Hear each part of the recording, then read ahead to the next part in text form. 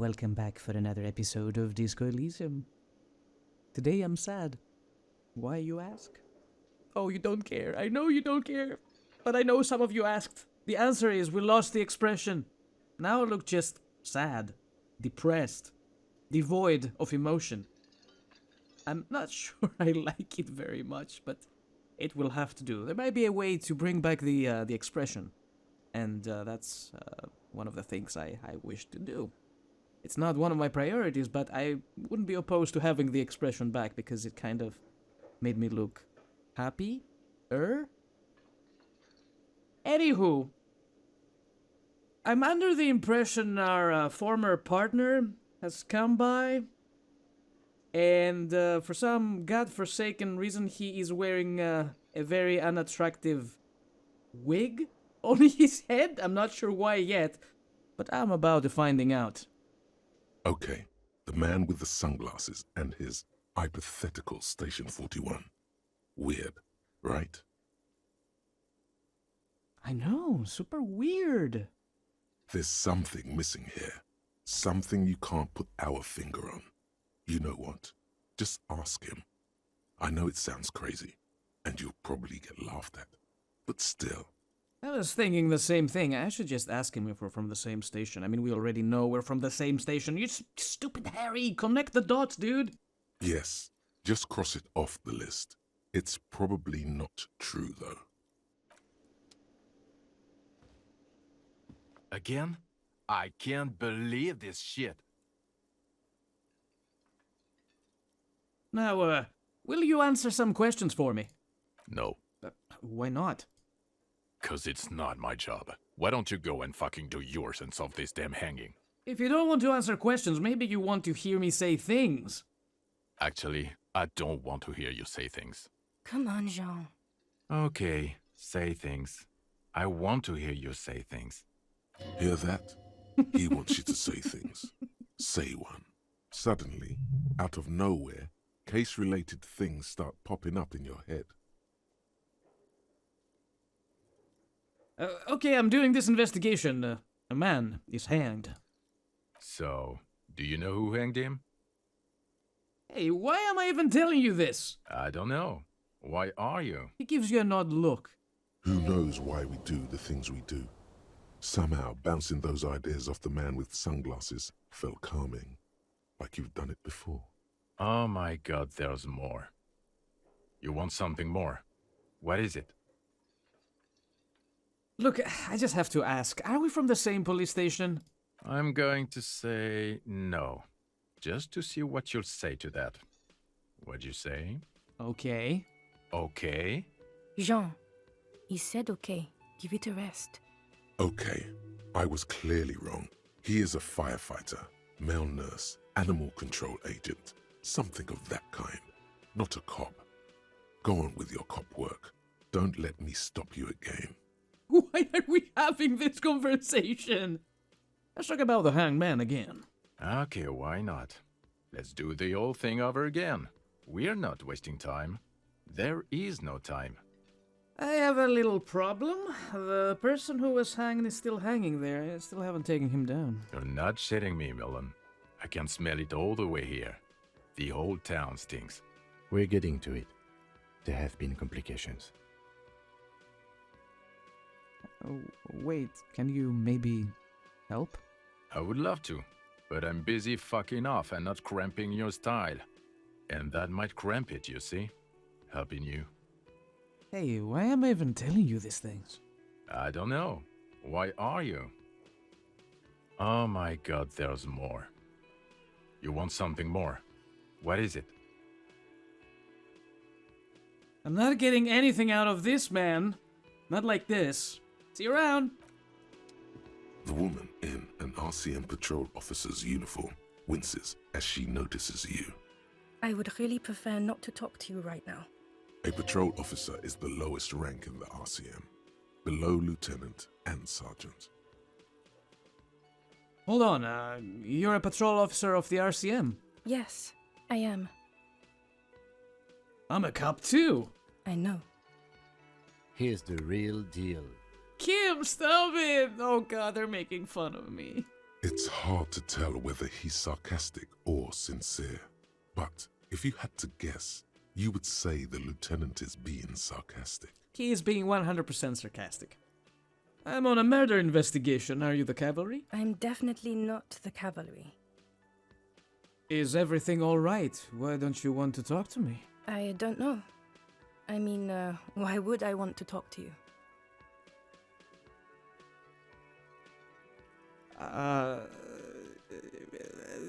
Have I wronged you? I've done that to a lot of people. No, you haven't wronged me. It's okay. Shakes your head and breathes out. I have definitely wronged her. Okay, fine. Let's talk. What did you want? What does one talk about with a fellow officer? So, what precinct are you from? What precinct?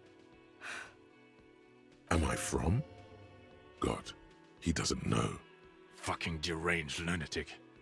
A sunglass-wearing man pushes through his teeth. You're getting an intellectually unsatisfying vibe from this conversation.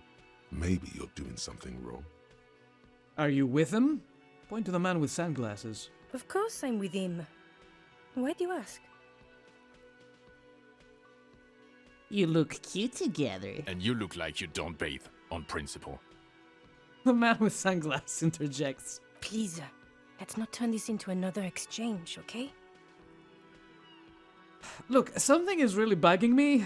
Are we or are we not from the same police station? God damn it, you leave her alone. Keep your weird bullshit to yourself and be professional for once, for fuck's sake. Can I actually help you with something? She looks at you apologetically. Yes, of course. Preposterous.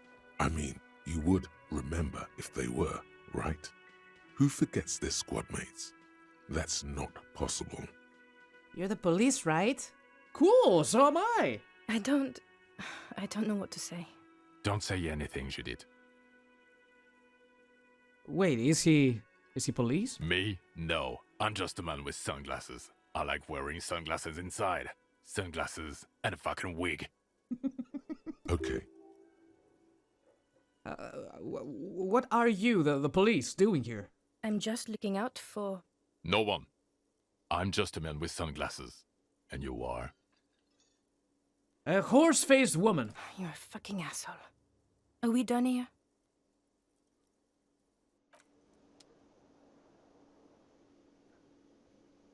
I've been sitting here for 30 minutes, talking to these people, and we went nowhere.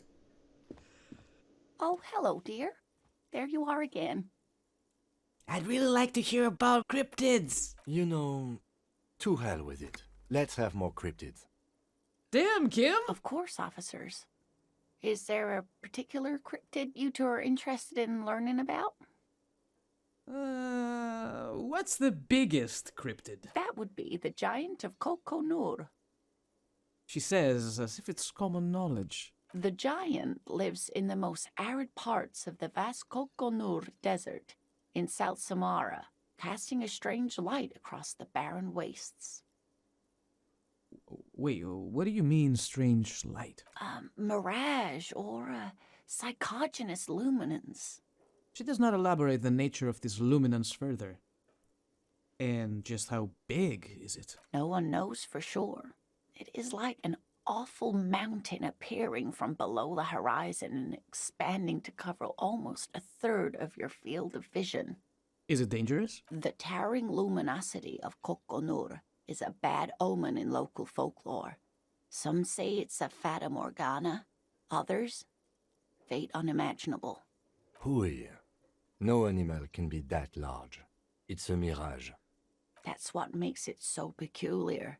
A species surviving at the very limits of scientific law. The giant of Kokonur must be the largest animal the planet can support. There are limits, you see, to how large a metabolism an ecosystem can beget. Some say a gravity anomaly below the Kokonur Desert might allow the creature to grow to these gargantuan sizes. great. This is great shit. You need more. I do? Gravity anomaly? Digging it. Digging this parascientific stuff right here. Not gonna lie, I'm intrigued. What's the most dangerous cryptid? The gnome of Jeroma. She pauses for effect. The gnome of Jeroma? That sounds terrifying. Oh, yes. None of its victims survived. Grieving relatives never even found their bodies because the gnome's venom dissolved organic tissue.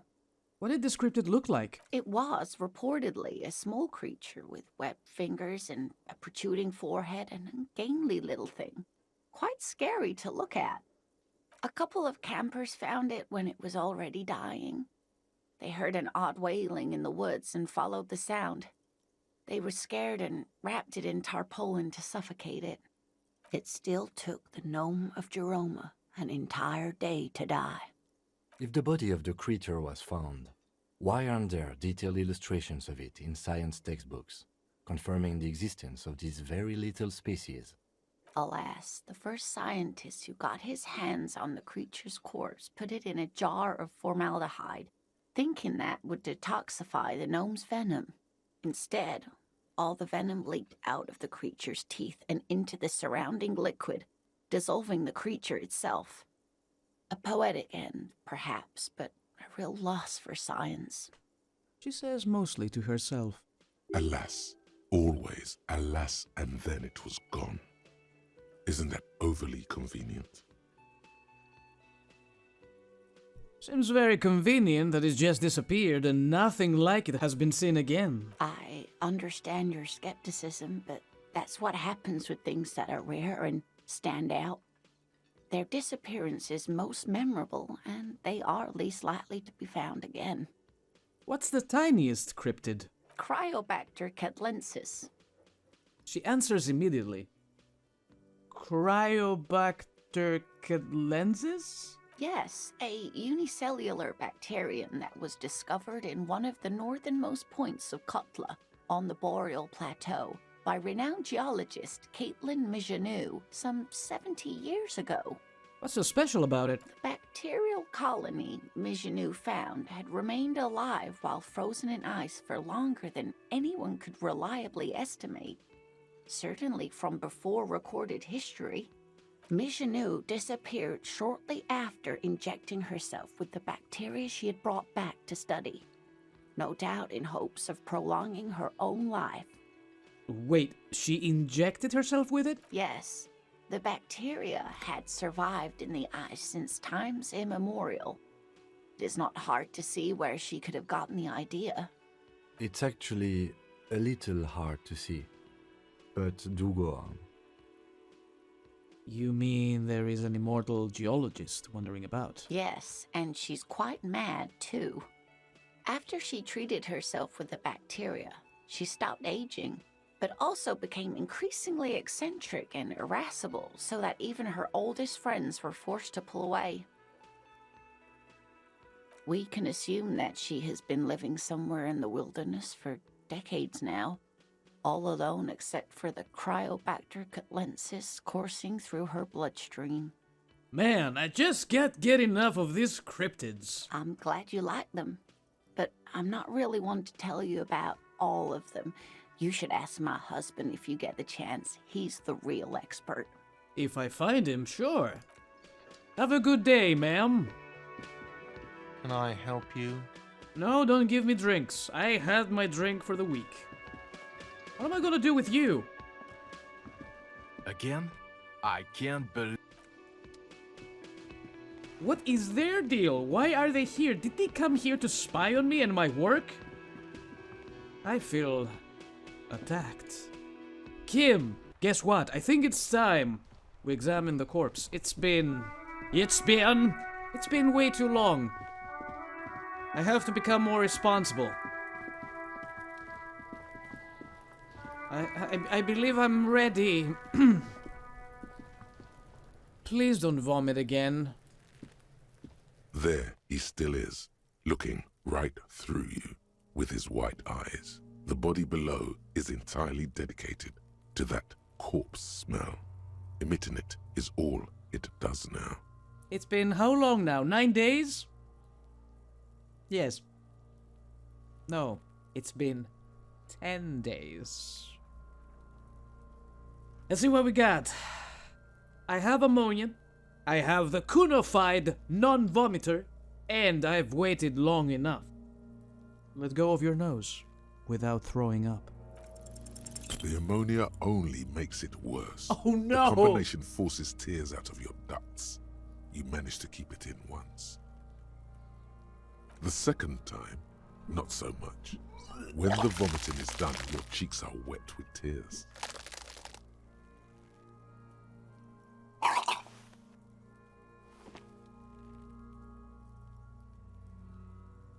The ammonia didn't help at all. Nor does the wind right now. You feel the lieutenant pat your back rhythmically. The weight is reassuring, like a crenel on solid fortification. Pat, pat, pat. I've seen strong men turn themselves inside out for hours. You are facing tough odds here. Alcohol withdrawal makes it considerably harder. Why can't I keep it in if I've been a cop my whole life? I've seen captains puke their guts out. It never gets easier. You never get used to the smell. Every Monday is cadaver day. Throw up, investigate. Throw up, initial autopsy. Throw up, bag it. He pats your back again. Then drive to the station. Maybe throw up on the way there if you didn't bag the thing tight enough. You seem to be fine. I think I've lost my sense of smell. There's a pause. A white lie. Not being hungover helps too. Can we do something else? I think I want to solve something else now. That's probably a good idea. Clear our head. But before we can do that, He withdraws his hand from your back and looks you in the eye. you need to get your shit together.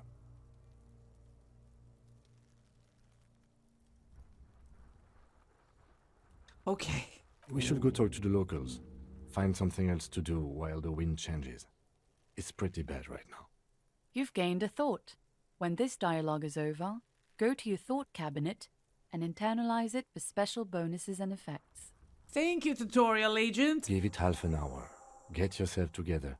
Then come back and have another go. Damn it.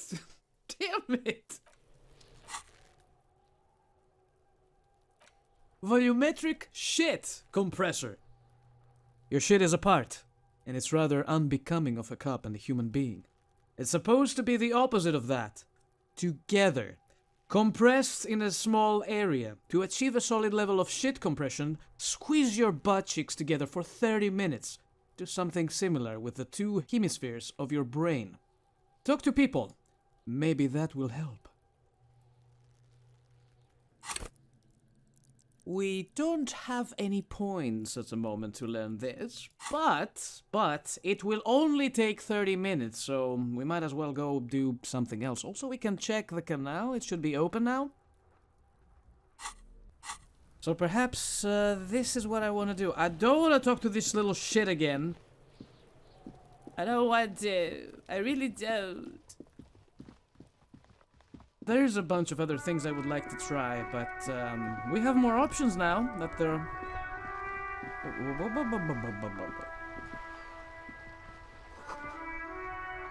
There is something down there.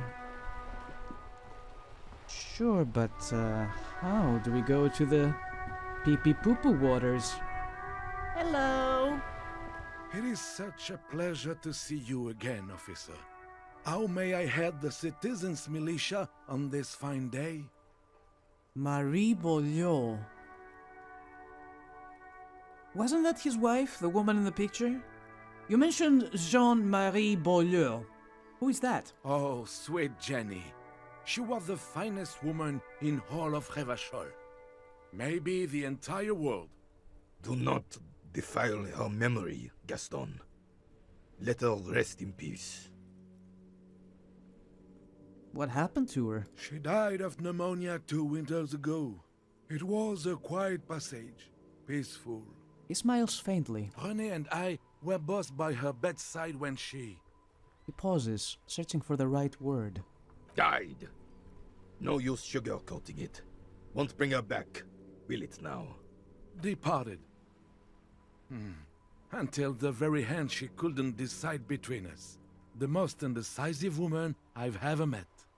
So you both knew her? We knew her, all right. Lived on the same street our entire lives, just 2 houses apart. The 3 of us have been best friends since we were 4. She was René's first girl, back when the prick was 16. They were courting till he decided he'd rather die for some great ideal than just be happy. And then you stole her from me. He jerks forward, but then grabs his chest and stops. Old people drama. Do not intervene. Well, technically, you stole her from me, because we'd been pretty close ever since you two had that falling out over the ink you spilled over her pretty yellow dress. We were just boys then. This was different. You, The tall veteran looks at you and nods. no point starting this all over again. For the 1000th and the first time. Especially when we have company. Officer, Why do you think she was indecisive? She could never make up her mind about anything. What to have for breakfast, favorite color, or which one of us to marry. The look in his eyes is happy and distant.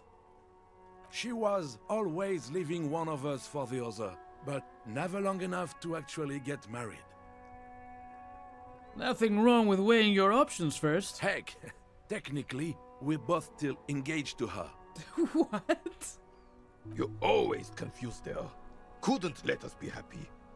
Seduced her with your fancy words and pastries. Pastries! He suddenly remembers you are still there, falls silent, and turns away. Thanks for sharing. Of course, officer. Memories are all we have left. I want this fucking sandwich. Goodbye for now, old-timers. It's been a blast.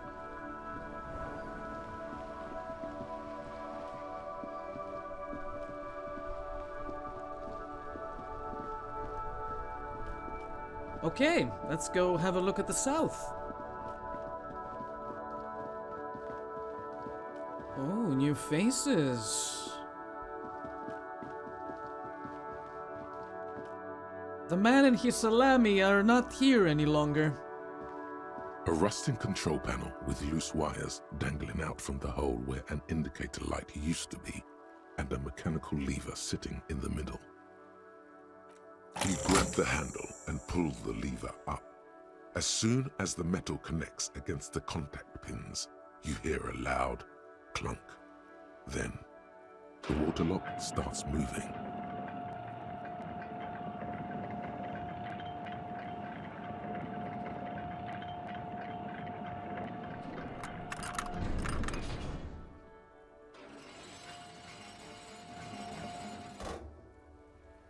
Okay, if we ever need to get to the coast, then this is the way. But please, contain your wanderlust for now. I don't want us to get sidetracked, not with everything that's going on. But I need to get my shit together, Kim. Focus on one thing, achieve it, then the next, he thinks. That's the task chain. Yeah, you see, I need more experience points, and in order to do that, I need to do things. Funny how I cannot interact with these people.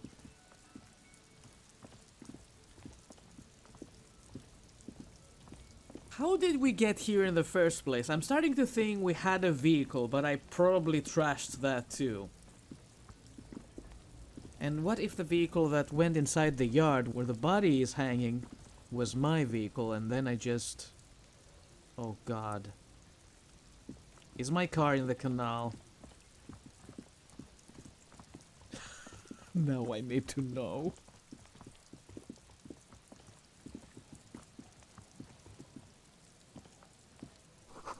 The radio relay hums with electricity.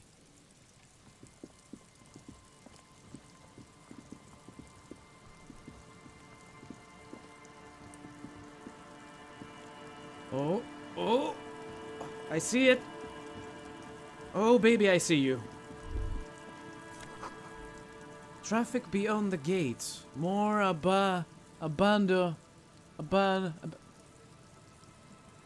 Jamrock Biker Cup Sunnies. Biker Cup?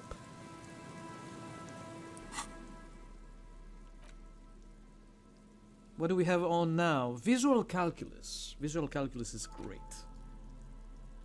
But at the same time, for taking your Harmelru Supersonique out for a ride on the streets of Jamrock, where your heart is buried. Leave the reason behind. Feel the streets. These are nice.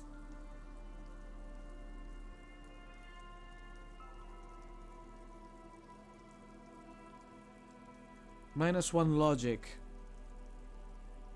When does that bring us? Logic 3. The sign says, no entry. Someone scribbled an inverted star on it. This thing again.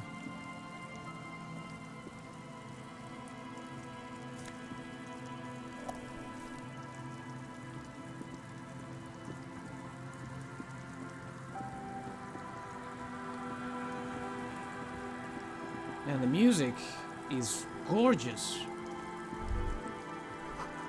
Ahead, decades-old concrete defenses. Children play on them now. How did I miss the money? Go get the money. I don't care what you do. We need that money.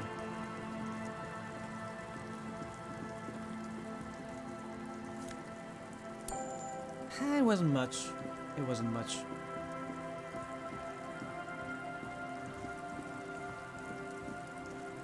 Again, we cannot see all highlighted objects, so I have to keep my eyes open. A breaker box to power the radio pylon above you. Maybe there's something inside. Why would anybody put money inside the breaker?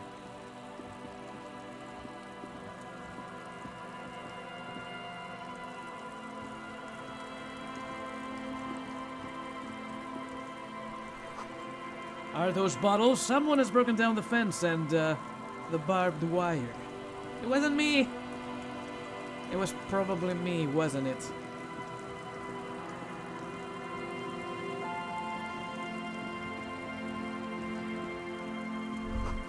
The swing is missing. No one's been here for a long time. Rust peels off the bent iron posts of the swing.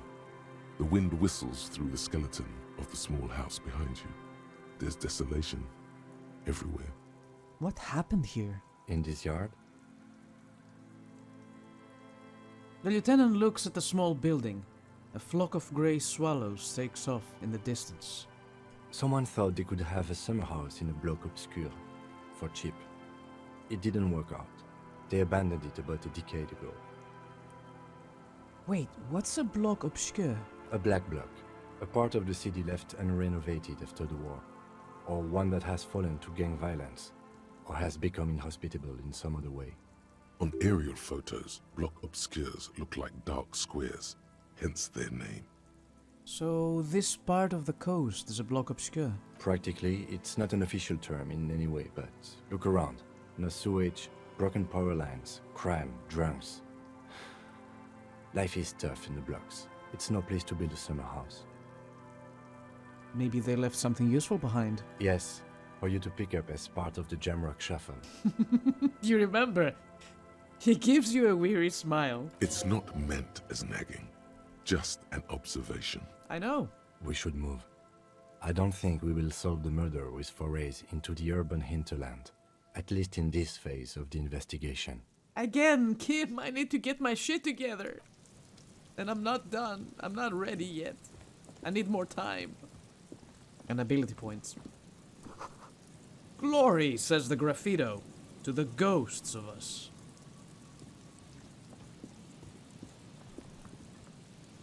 See, I told you I'd find something useful.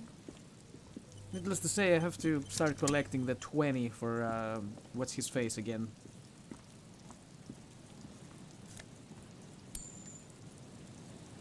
Not bad at all.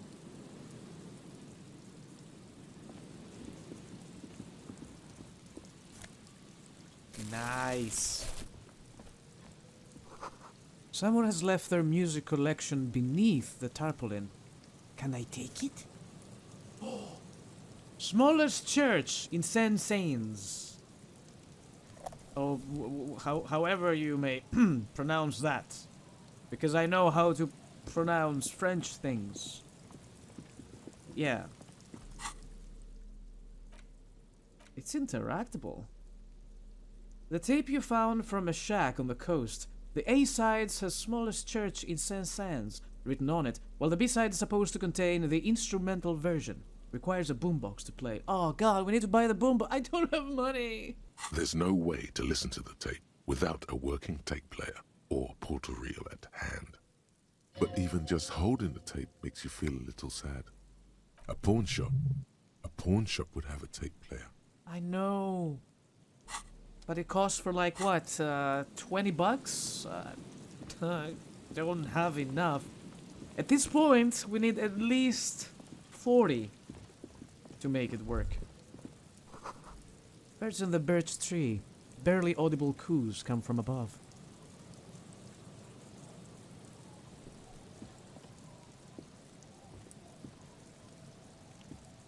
What? I cannot walk outside of here? What do you mean? There are like open fences and stuff. There we go. Easy peasy.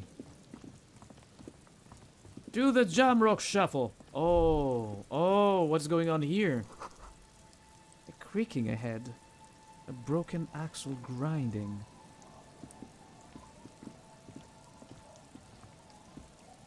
I was joking when I talked about my car falling off the...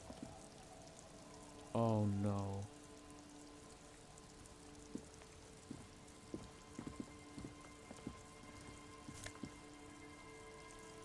Bunked up fuel canister.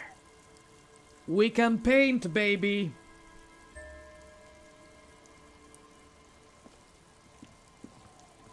This looks like a patrol car.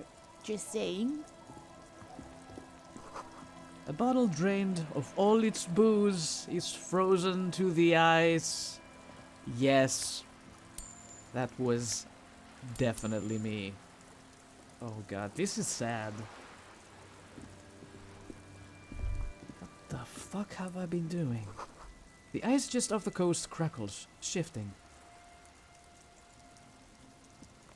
A banged-up motor carriage lies half-submerged in the icy water, slowly sinking into the Insulindian Ocean. Only the cabin top, rear wheels, and the engine remain visible. It must be cold and lonely down there, in the icy water. The seawater has already started to corrode the metalworks. Remember the tire tracks in Martinez? This is where they were leading. This is where the tracks on the plaza were leading to. It appears to be so. The lieutenant has a peculiar look in his eyes as he inspects the wreckage. Let's investigate. I agree. We should definitely investigate.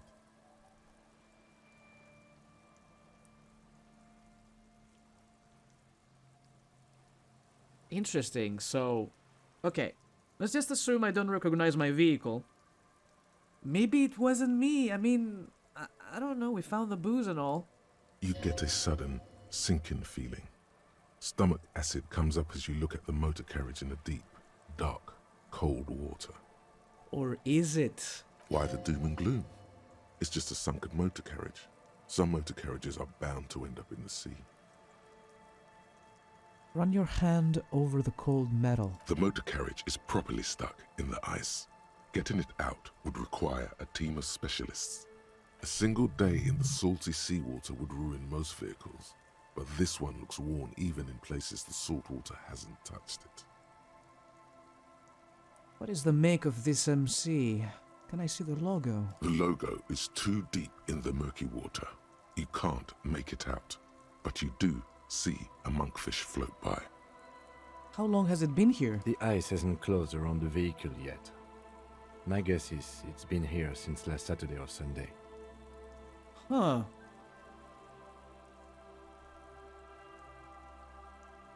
Well. Looks like Jacob Ear's journey came to an abrupt end here. Your mocking tone finds no response, but the motion of the waves. Did you say something, Lieutenant? I did not. but I'd say it has been here since last Saturday or Sunday. What should we do? Let's wait for the low tide and see what's inside. How long will it take for the low tide to come in? I don't know. An hour or two, tops? Sit on the swing and wait for the tide to recede.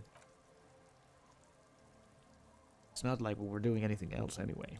As you sit down in the old, rusty playground, the world around you becomes very silent. The hinges creak under your weight, dangerously so.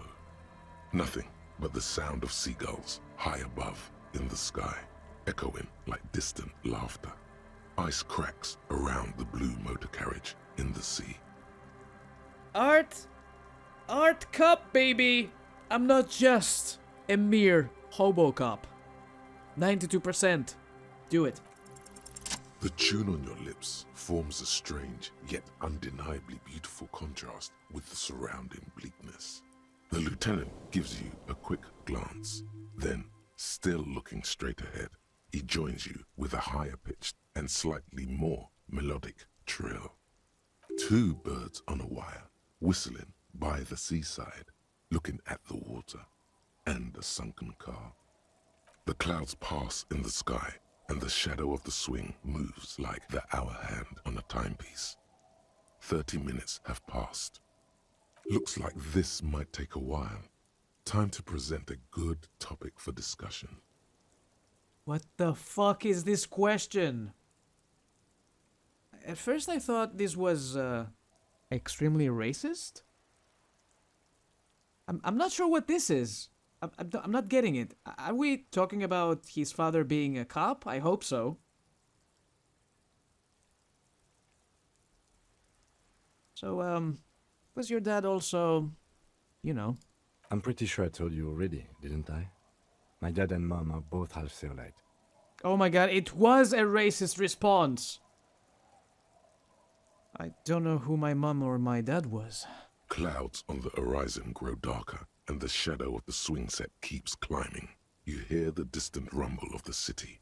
30 minutes pass.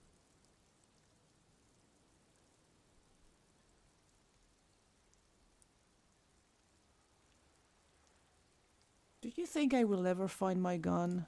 God, I hope so.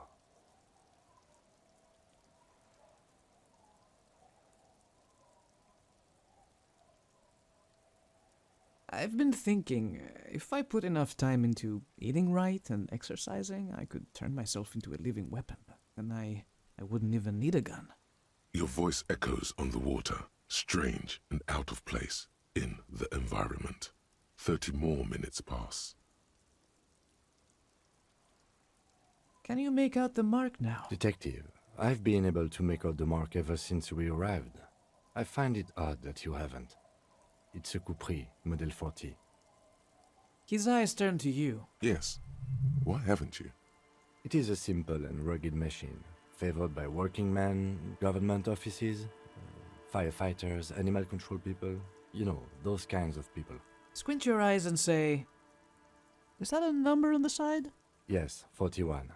What do you think it stands for? Oh no, the precinct! It's as if he knows what it stands for, but wants you to say it. It's pedagogical. This must be Tommy 41, the morning host of FM 41. Stupid factory. Oh god, I mean, we are very close with this one, but is there anything else that is stupid? 41 is his rank in the underground street racing hierarchy. No.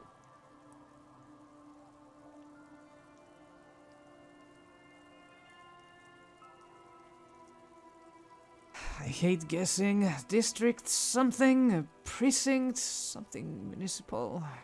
Rub your temples, you're getting a horrible headache. A precinct, yes. A police precinct. Precinct 41, your precinct.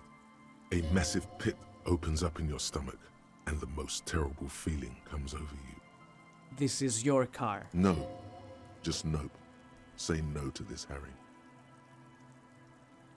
Oh my god, it's mine! I drove my car into the sea! I'm afraid so, yes. It looks like you started in front of the whirling. jumped over the canal and then drove your vehicle in the sea right here.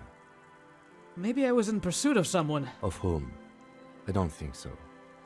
If anything, you were probably drunk.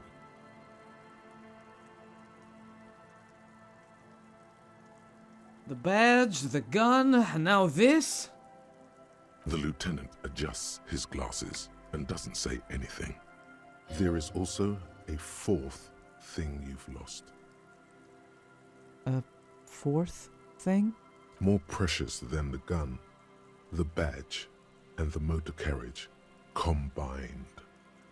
Lost forever into the deepest of seas. My dignity? They're not gonna take me back after this, are they? People are more valuable than machines. Training a police officer is even more costly.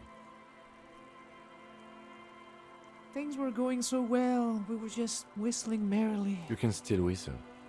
Besides, the night is always darkest before the dawn. Oh, Kim, why are you so perfect? Why are you such a perfect being? I can still fix it. That is very unlikely. All the electrics are toast. That goes for the electromagnetic steering and brake systems as well. I was talking about the generic situation, Kim. You'd be lucky to find one undamaged component in there. In a few months, there will be nothing but rust left of this vehicle. It'll be cheaper to buy a new one. Well, not cheaper. This motor carriage costs 40,000 real. But in the long run, it still makes more sense to buy a new machine than try to refurbish this. Couldn't even pay a hostel bill. Let's face it, this is a substantial loss to your district's budget. I mean, my station only has 4 other vehicles in addition to my kinema. How do we get it out? Detective, we don't. A rescue operation really isn't viable at this point. So it's gonna be there like that? I'm afraid it will have to be there like that for many years. Look at it. Parts of it might be salvageable, but overall, this machine is a write-off. Well, at least I can see what's in there now.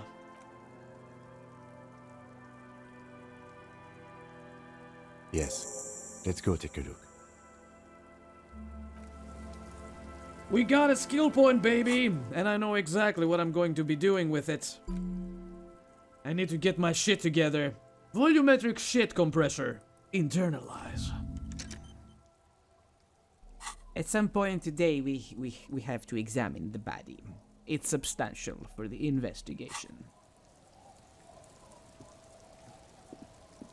What is this? Footprints in the snow. They lead away from the accident. Wonder if those are mine too. There's been a lot going on. Jesus.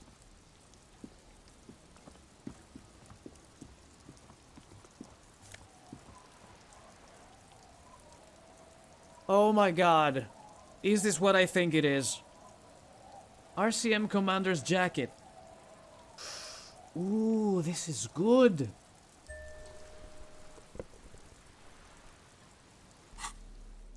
Good news is, we found my badge.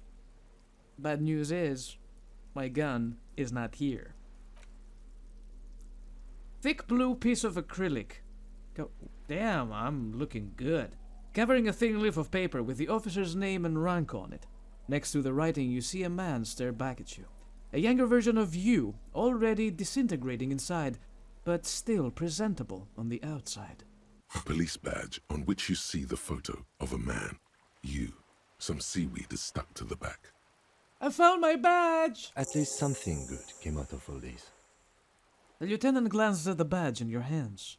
Study it. Encased between 2 durable plastic sheets is a bluish card with lines of information and a watermark in the shape of the street grid of Revachol West. You see a photo, a name, a rank, a document number, the date of issue, and, in the lower right corner, your precinct. Look at the photo. The man keeps winking at you with his green-grey eyes. The photo is old, no doubt about that. Good choice. A newer photo would look different. How old? 8, maybe 10 years. The guy in the picture is rather good-looking. He's got a nice haircut and is distinctly lacking in massive sideburns. And he's winking? Why? What do you think? His face is already contorted by the expression, although it looks less grotesque on him than it did on you. It looks like you had quite the charming face way back then. Your hair is brown and slightly curly. Your eyes seem more clear somehow. Don't be fooled. The bad times have already begun. The badge in your hand shines as you rotate it, catching light. You see lines of information on it, and a shining watermark.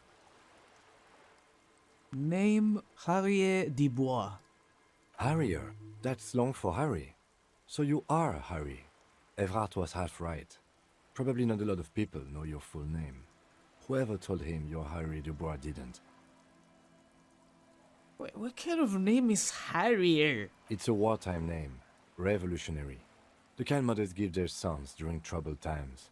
Like Undying or Boxer or Ironhide. A name like armor.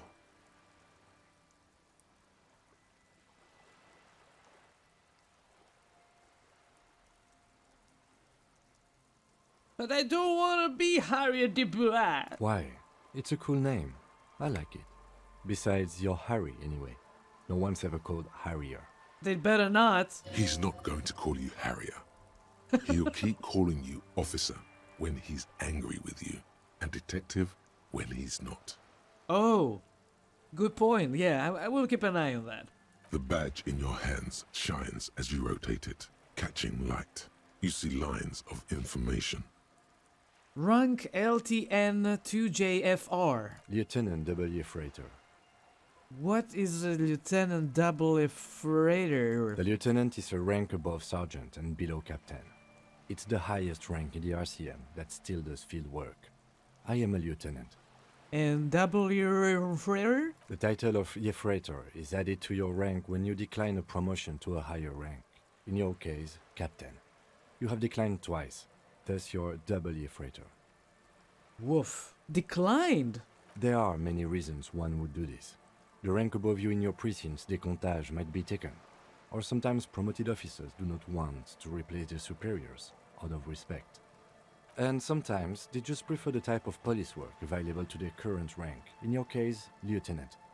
Heavy-duty case-solving machine. What's decomptage? Decomptage is the hierarchical system employed by the Revachol citizens' militia.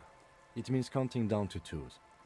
The countdown is modeled after the dual leadership system employed by the left during the revolution, which in turn was developed by last century experimental psychologists in the University of Königstein. The lowest rank is junior officer, usually teenagers. Then there are the patrol officers, then sergeants, lieutenants, then a captain. That's basically it, except for a few kings. What kings? Kings like satellite officers and the additionally a freighter rank I already explained. The long and short of it is, you're his superior.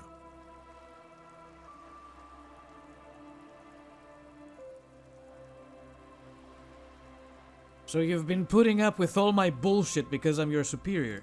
No, I've been putting up with you because despite an unconventional approach, you are doing good police work. It matters more than driving your motor carriage into the sea. And now we've even found your badge. He trusts you, for now. Try not to spoil it. I thought my rank was drunk. Yes, apparently you've had a rather successful career in the past, and this leads me to believe maybe your current situation is only temporary. Thanks. That gives me hope. Good. He says with a quick smile. He smiles a lot more today, doesn't he? I like that. You're pretty when you smile, my boy. Turn back to the document. Such a small yet precious thing. Expensive paper caught between thick plastic, like a fly in amber. It reads, Serial number. That's just the serial number. Revachol, Jamrock, Precinct 41, with some numbers thrown in there for good measure. Date of issue 7th of November in the 50s. 4 months ago. I'm guessing that's when you were promoted to the rank of Lieutenant W. Freighter. A new badge usually comes with a new rank. You seem to have been Doing well, then. A lot can happen in 4 months, especially in winter. The winters are never easy on you, of that you are sure. I remember that time! That was a good time! We had a good work-drink balance going! What happened, man? Pump it up! Horrific necktie, quiet. We're doing police work now. Precinct 41. Yes, it's the designation of your precinct. 41. Like mine says 57. The 57th is mostly industrial harbor. A lot of asphalt. The 41st is... He stops. What? It's a tough station to work in. You have all of Jamrock to cover.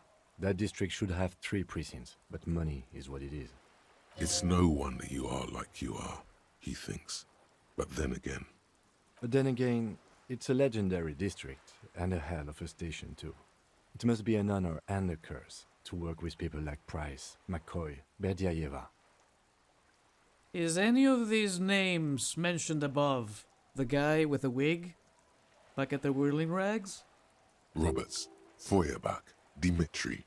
Suddenly, names from your decomptage flash in your forebrain. The badge in your hand shines as you rotate it. Put the badge away. We also got... what was the other thing? An item.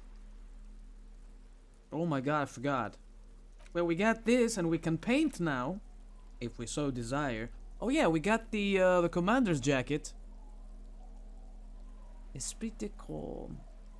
Ooh, but visual calculus. Oh god, it looks terrible on me. I have regret. We have to wear it for at least a little bit. Just for a little bit. 56 on the volumetric shit compressor. Kim, I feel inspired. Is there fast travel? I've been wondering about that. There's gotta be a reason why we got the map in the first place, so I'm just, let me see here. Items, don't remember, how do I see my map? I mean, I know how I see my map, but, can I actually use it? The worn map features the patchwork grid. Your finger moves. Finally, coming. For a more detailed view of the map, Oh, okay, so I'm not using it through there. I have to actually go, here. I don't think we can fast travel. It's just here for show to, doesn't show me where I am, which is surprising. We're definitely not here any longer. I think we are here. Somewhere around here. Right. It's not that far off. Let's go paint. Kim, come with me. Let's go create a masterpiece.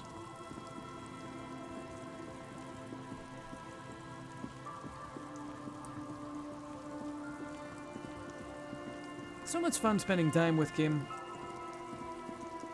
I can't imagine investigating anything without him around. It's gonna be extremely dull. Still, I have to make like a shitload of money today. And I'm not even close. I don't believe we have enough resources. Wait, no, not this way. Come!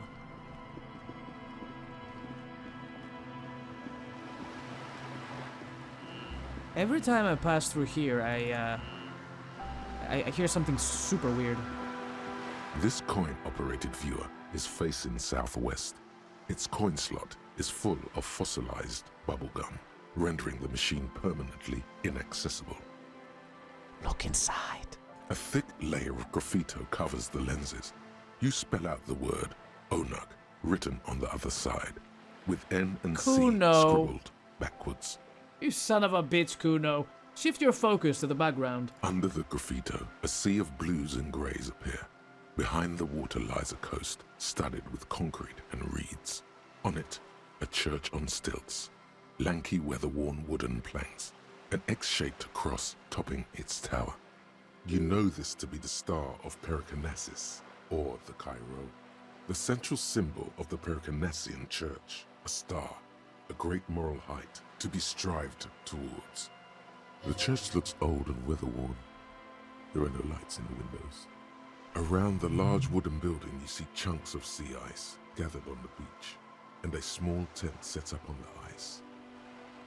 Poor little viewer. The metal feels cold and wet under your palm. It looks unhygienic. Yeah, now I have regrets, thank you. I came here for bottles and art. That's all I care about. Let's go, Kim. We have everything we need. I do have the brush, I do have the paint. Unless there's another step that I forgot about. Paintbrush? Check. Heavy fuel oil? Check. Now the only thing left to do is paint the wall. The paintbrush in your hand is like a loaded revolver. What will it be, Desperado? Quite a few things come to mind. No parking! Something beautiful is going to happen. What shadow lies there beneath the bright gleam? Fuck the police! Mother of all walls. I like this. Something beautiful is going to happen. Assuming artistic stance.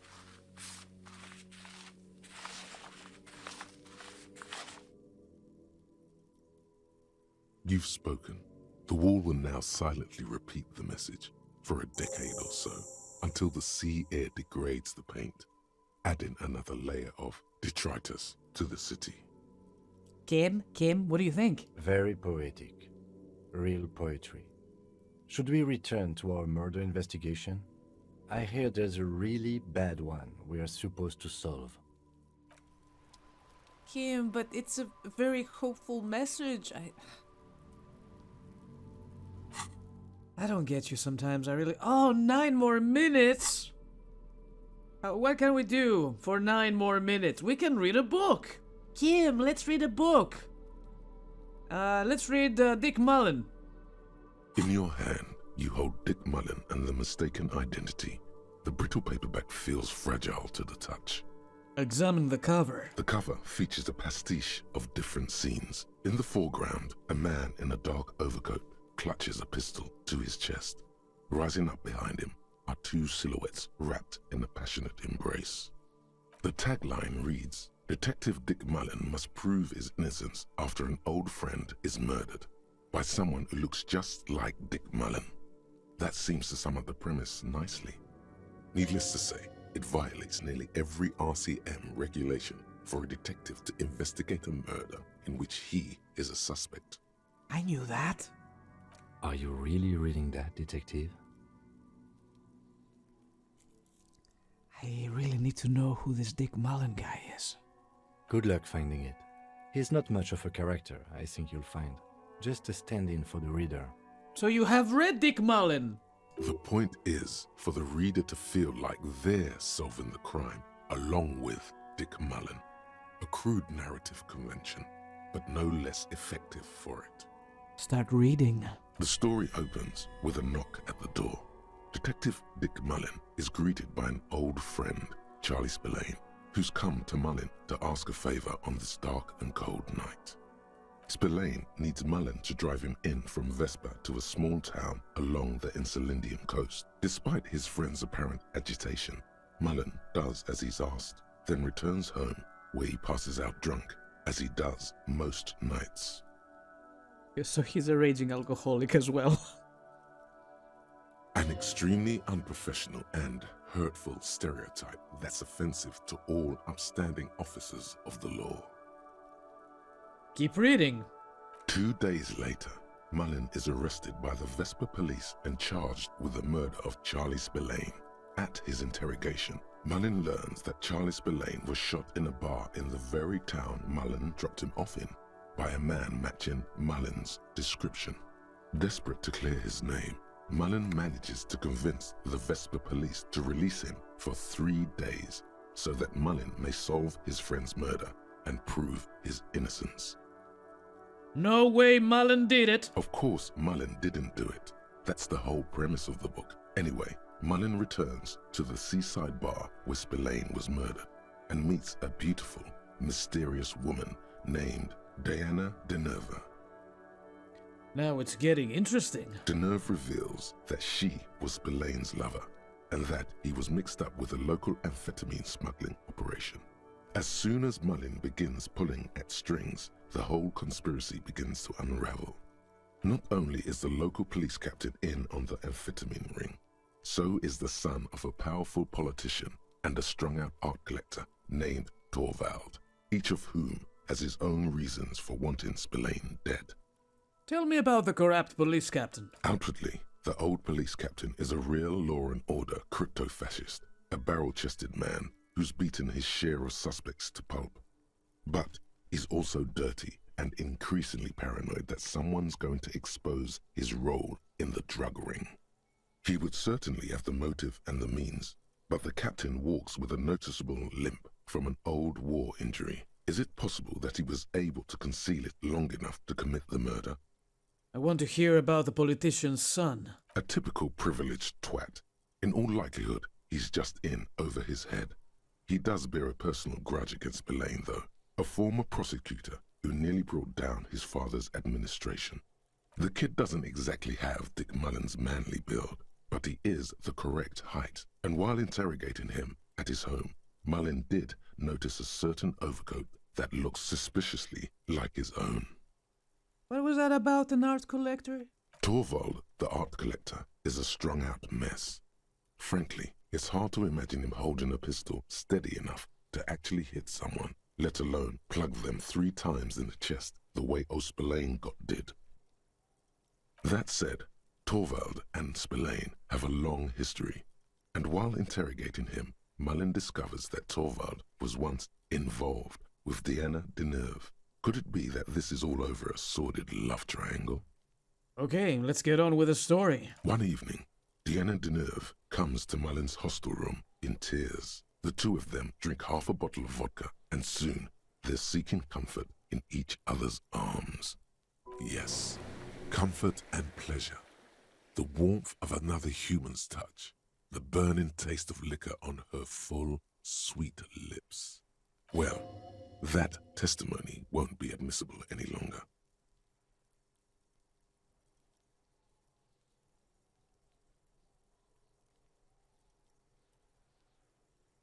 How does Mullin expect to solve a murder if he's sleeping with witnesses? The man's a prosecutor's nightmare. Solving a murder counts for nothing if all the evidence gets thrown out in court over police misconduct. Nice. Get it, Mullin. As the two lovers share a post-coital cigarette, Diana Deneuve turns to Mullin and says, "By the way, Dick, there was something else I meant to tell you. I love you." Whatever it is, Mullin never hears the words. A blow to the base of his skull knocks him out cold instantly. Fuck! When Mullin comes to, Deneuve is dead on the hostel bed next to him. To make matters worse, his clothes are covered with her blood. Double fuck! Mullin trashes his blood-stained clothes and flees the hostel, knowing it's only a matter of hours before the cops discover Deneuve's body, if they haven't been tipped off already. Fleeing a crime scene, destroying evidence. Even if Detective Mullin didn't commit the murder, he should be facing years behind bars. The heat is on. If Dick Mullin can't solve both murders before the cops catch up to him, he's going away for life. Can you solve the case before the cops close in? Wait, I've got some questions first. What is it, Detective? Why does everyone close to Dick Mullin wind up dead? It's a dangerous line of work, but somebody has to do it. That's why Dick Mullin never lets anyone get too close. Why did Dick Mullin become a detective in the first place? There was never a time when he wasn't a detective. He was born a detective. Was I not born to be a detective? For a moment, you cease to read the story on the page and see the book for what it is. A collection of brittle, cheaply printed pages held together by glue made from the hooves of horses. You won't find the answers you're looking for here, in other words. Why bother solving crimes when the world is so evil? Is it really so evil, Detective? Okay, maybe not. There are parts worth saving. Like what?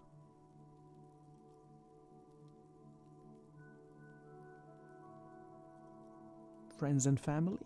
Do you even have those? I've got Kim. Just make sure you don't lose him. You'll not find another like him. Oh. It's true in more ways than you know. But then, what does this book know? It's just a poorly made piece of pulp garbage made to be consumed and discarded. I don't have any more questions. I figured it all out. So, who did it, Detective? Who killed Charlie Spillane and Deanna Deneuve? The dirty police captain. Could be. Who knows? Only one way to find out. Finish the book. You begin furiously flipping through pages. Even as you know these books follow a series of well-worn tropes, you find yourself completely engrossed. You're turning pages so fast, you don't even notice the ancient spine coming unglued. You try to grab the pages as they come loose, but your fingers aren't quick enough. They're gone. Dozens of pages scatter across the ground. The last fifth or so of the book seems to have been lost. It's possible that you could gather and reassemble the pages, but it would take way too long. Now I'll never know. Too bad, Detective. If it's any consolation, the resolution is almost never very satisfying. I agree. And on that note, perhaps we should get back to making sense of our own case? Last year, more than 71% of murders in Revachol went unsolved. In Revachol West, that number was closer to 85%. In your hand, you hold 4/5 of Dick Mullen and the mistaken identity. I broke the book. I destroy everything I touch. Put the book away. Volumetric shit compressor. Bizarre scientific news from Revachol West today, where a police officer's shit has been observed at a pressure of around 495 gigadecimals. These metallic hydrogen levels of shit togetherness were thought to exist only at the center of collapsing stars, not law officials. It remains to be seen how long the shit singularity lasts. Man, this is good. All endurance white checks unlocked. Learning cap for endurance raised to 4. Oh, this is awesome. Accept it. It's time. We inspect the victim's body, Kim. I am ready now. Also, Kim, I love you. That's a real reason behind it, really. I just wanted to say it.